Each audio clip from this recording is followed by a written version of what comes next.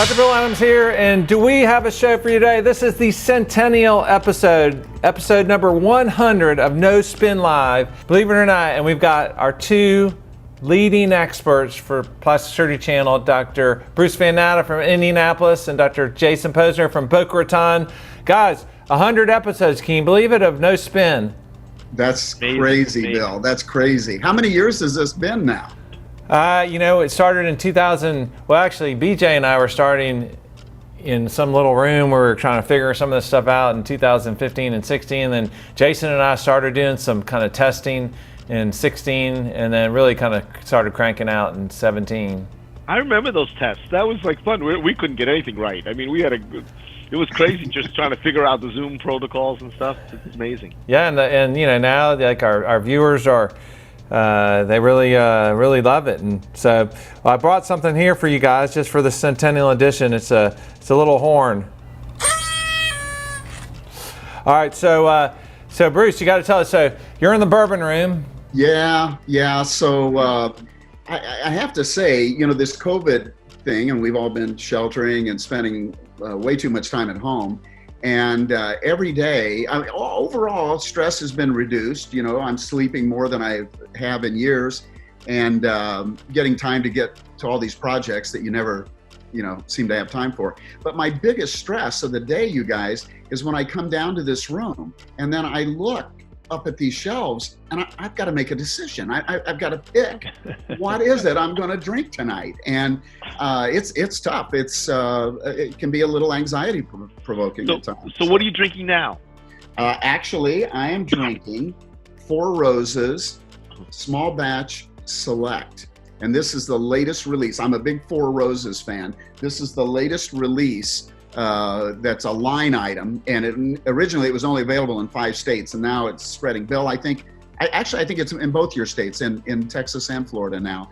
And but it is just a lovely bourbon, and I recommend it. Straight up, no chill. Oh yeah, no, just like yeah. You can't do that in the bourbon room, man. You can't put stuff in ice. Oh no, we don't dilute it. So Jason, from Florida and Boca, so you're on the beach? I'm on the beach in my scrubs. I'm about to I have a lot of sunblock on. I usually have my hat and sunglasses on, but I'm just catching some rays. Vitamin D, baby. Yeah. I was afraid that, Bruce, the last time we were on this, Bruce was he was under the deer he shot. So I was worried about, because I thought that he was going to come after me. I got my horns here. Well, so Bruce sent me these. My horns are in and out. It's amazing how quick your horns grow, man. I know. Look at that, Bruce! Don't shoot! Well, let's just kind of do some quick hits here, guys. So, our team and viewers have picked out some of their favorite No Spin Lives over the past 100 episodes. So, let's get to them. So, the first one was, we've done this probably, I don't know how many times, Jason, probably at least 15 times, about buttock augmentation, and especially the past few years, there's been a lot of talk about high death rates and the safety of it. And we've talked about that, but lots changed. So what are your thoughts now? I think that, what's happened is we noticed that plastic surgeons across the world noticed that there was a problem. We talked about it. They did the dissections. They figured out what was wrong. They figured out exactly what not to do. And we used our anatomical dissections and the postmortems, unfortunately, to figure out what went wrong and change the way we do these procedures. So, as we talked about a little earlier, we've made it a very much safer procedure. We don't go in the muscle anymore. We position the patient properly. We do things a little differently, more carefully. So I think we've learned quite a bit from the problems to make this a way more safer procedure. Just like with liposuction. This has happened along the history of plastic surgery. We've noticed the problems that arose as things became popular and corrected our course. Yeah, and Bruce, ASURF's been instrumental in generating good data on this. No, they really have, and that's just, kudos to the Aesthetic Society and ASURF for really leading the charge on this, because primarily this was being done in the aesthetic arena, and so it was important that the Aesthetic Society and ASURF, the Research Foundation, really take a lead on this, and so they have sponsored a lot of good research and Louis Rios, our colleague from Texas, has, as in his position as head of the Texas Society of Plastic Surgery, did a survey, and he did that locally and then nationally. And what it showed is that the death rate, the complication rate, has come way, way down. And that's important to know, because I'm sure you guys feel the same. This, to me, is still a really, really valid procedure. I do it in 95% of my tummy tucks now. And I'm not doing this to make mega butts, but just shaping. And for me, it's the opportunity to be sculpting. So I'm glad that the problems we had early didn't just throw this out. And instead, we looked at it, we got some data, we learned, and we taught. And we taught our colleagues how to do this safely. Stay superficial, Jason, the things you pointed out. And if you do those things, this is a really, to me, a very positive, successful procedure, and one that I value in my practice. And if you remember from the meetings, the guys who did the dissections really hammered this to the members. I mean, there was hour after hour at every meeting with videos about what to do, what not to do. So the people who were in charge of the meetings made it a priority, and I think we really changed outcomes and for safe for all the patients now. Yeah, we've had we've had Dan Delvecchio, who's been one of the leaders of that whole group and educating people, and we've had him on here countless times. And we could it was just depending on how often we can get him to show up, and whether he was in the car on a train. But you want to see Delvecchio? Watch this. This is Delvecchio. I'm in the plane. I'm trying to talk before we're taking off. Here we go. Which way does my iPhone go? Yeah. All right, so moving on, episode 57 now. We're talking about teen plastic surgery. You know, there's been a lot of coverage of that, teens that want to have procedures. So, Bruce, lead us on that one. Well, this is something we visited several times, and it's not exactly a new topic, but it is very apropos. And we're seeing the demand. I mean, we have younger patients coming in, and unfortunately, in some of these cases, you'd like to see a little guidance from the parents, and you don't always get that. So, I think we have to apply the same principles that we would to any patient. Is this something that's warranted? And you guys remember, we used to talk about the relationship between the degree of concern relative to the degree of deformity. And I've tried to use that in any of the patients, including these young patients. If we had a young patient with size F breasts, we wouldn't hesitate to do a breast reduction on. And so, when it gets into some of these other things, shape of the nose and so forth, or even an augmentation. I mean, the poor little girl that's A minus is super self-conscious. It's a tough time. So I think it's important that we use good judgment, and we talk to the patients and to their parents, and manage expectations, and just try to do the best job we can for them. If you look at otoplasty, okay, what age is that recommended? Age 6, right? When you're age 6, because the ear has grown 95%, and you don't want the kid to be traumatized in school. So, I mean, if you could do a 6-year-old's ears, I mean, I think we can kind of safely say that if you're 17 or 18, we could work on other parts of your body. So I think it's mostly a moot point. I mean, we don't see a ton of this, but occasionally you get someone in, and you have to use your best judgment as a surgeon to do the right thing for that patient. And if it warrants it, delay it. So the episode 43 was the dancing surgeon. So this was it was actually a dermatologist or somebody that wasn't even really trained to do actual surgery, that was, actually had a lot of bad problems, a lot of deaths and issues like that. But we covered it. And what was the message, Jason? Yeah, it was the same thing. It's like, if you want your breasts done, don't go to a dermatologist. I think if you need a Mohs or need some skin problems, a dermatologist is great. But it all goes back to the credibility and credentialing factor. Do your homework. I mean, someone dancing around the OR for social media. I think this is, I was on a branding call earlier today with a guy we talked to the other day, Bill. And one of the things we talked about was, this is the death of these influencers and this crap on social media. People want serious people out there who do serious jobs, and enough of this bullshit from these influencers and people dancing around the OR and, oh, look at me, I'm in the OR. My concentration is on that patient in the OR. If there's someone filming, we're going to film for a specific teaching purpose for other doctors, not to dance around the OR so someone can watch me in my element. I mean, that's private time. Yeah. Yeah, no Yeah, doubt. I would totally second that. I mean, the three of us, nobody likes to have more fun than the three of us, right? And we have a great time outside of the OR. But in the OR, that's serious business. I mean, these people are asleep, their lives are in our hands, and we all take that seriously. And we have a job to do. This is simply not the place for that kind of stuff. So, and again, somewhat not a surprise that it turned out not even to be a legitimate surgeon. And I've been in the OR with both of you guys. And when we're in the OR discussing a case, it's serious, what's best for that patient, little teaching nuances. And I learned quite a lot from both of you guys, and really thank you for that. Absolutely.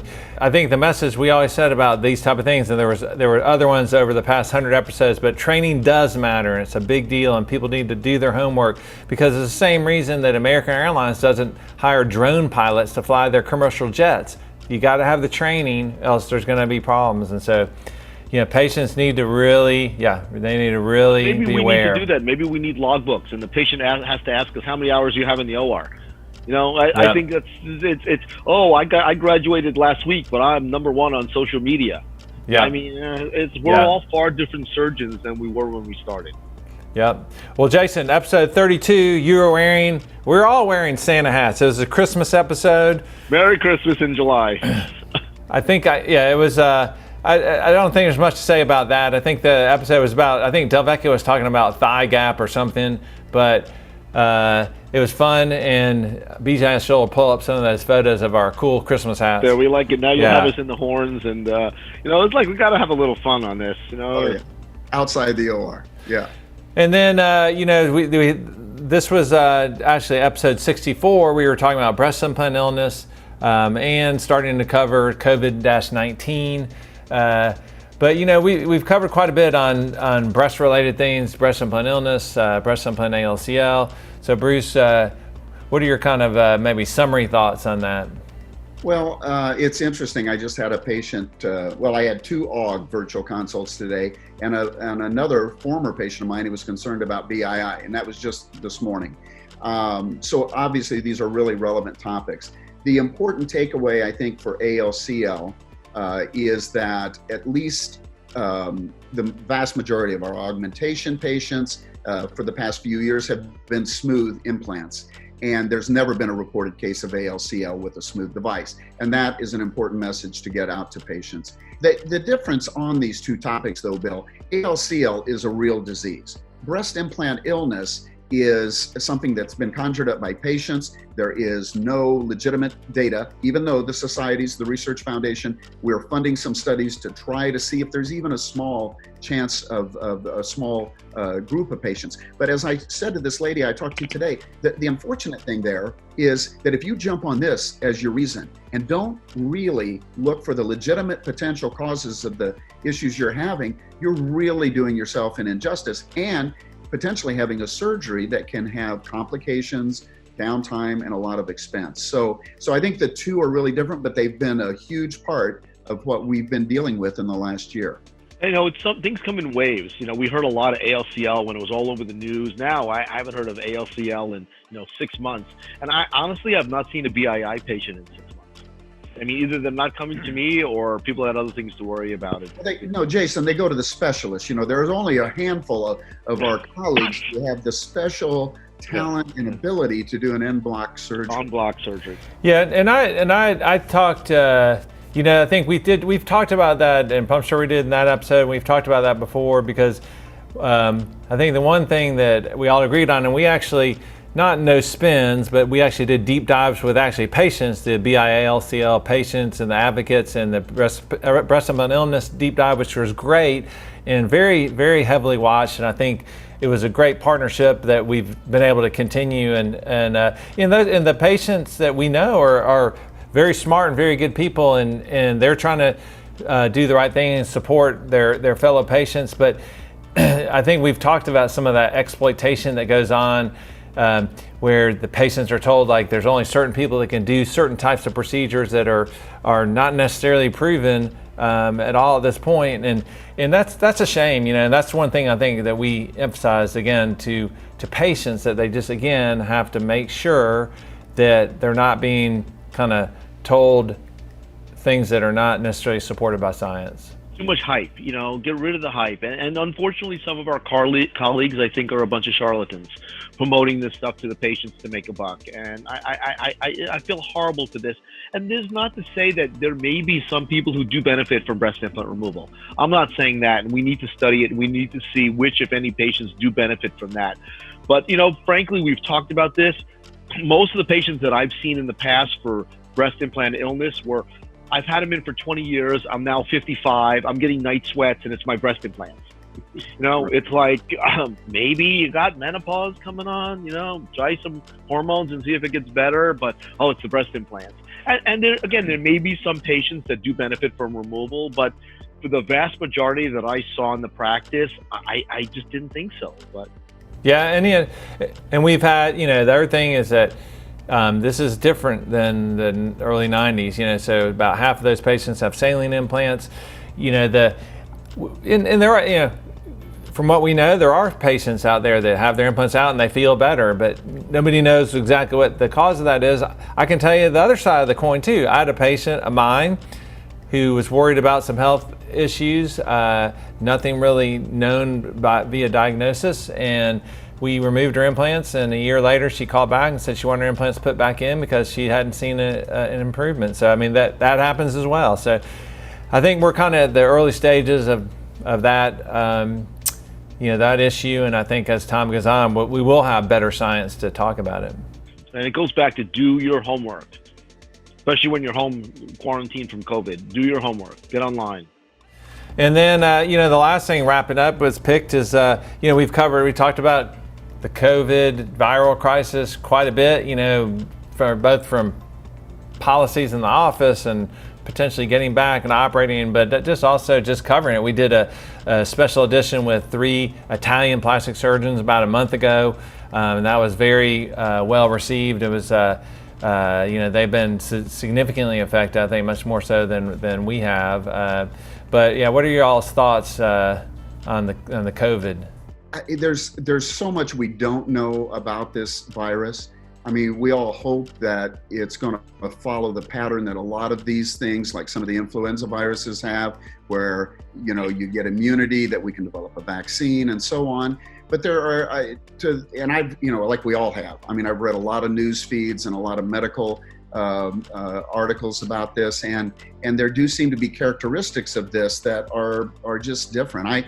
I had a good friend here in Indianapolis, 63 years old, and this guy was a runner. He was in as good a shape as Jason, and he went to a St. Patrick's Day party in March, mid-March, got exposed, and I mean, this dude was gone inside a few days, and that isn't what you would expect, say, with the flu.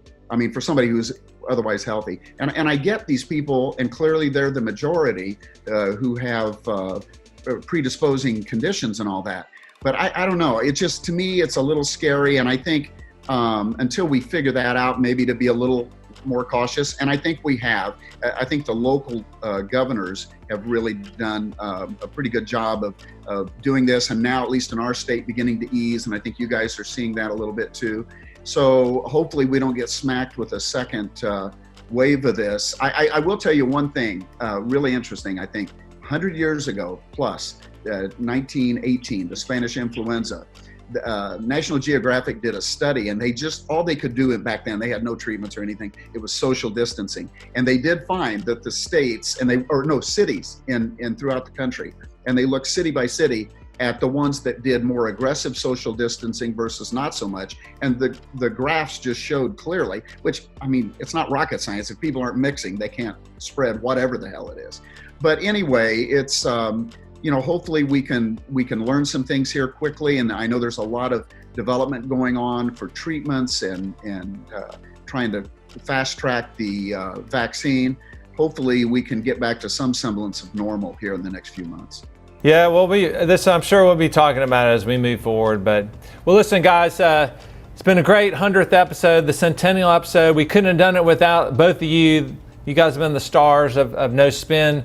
And you know what? I'm holding you to at least another 100 episodes. We'll do the 200th, the bicentennial edition. You know, we're doing them more and more. You know, we've done like 30 of these in the past like 45 days, I think, because we've done quite a bit. But I think we're going to be doing more and more. So the bicentennial edition will probably be sooner. Won't be 3 years like it was here. 2 years, a year and a half. Sounds good. Before we go though, kudos to you, because you have obviously this is your baby, the Plastic Surgery Channel, and these innovative programs like No Spin Live. I mean, it's all a tribute to you. So I want to say, and I know Jason does too, many thanks to you and the PSC staff for reaching. No doubt. BJ's sitting right here, and we got her, and he's been all over it from the beginning. So yeah, it's been a great team approach. So we'll look forward to many more. I hope you guys have a great rest of the day and great thoughts. And if you want to see more of this, you can see it on theplasticsurgerychannel.com.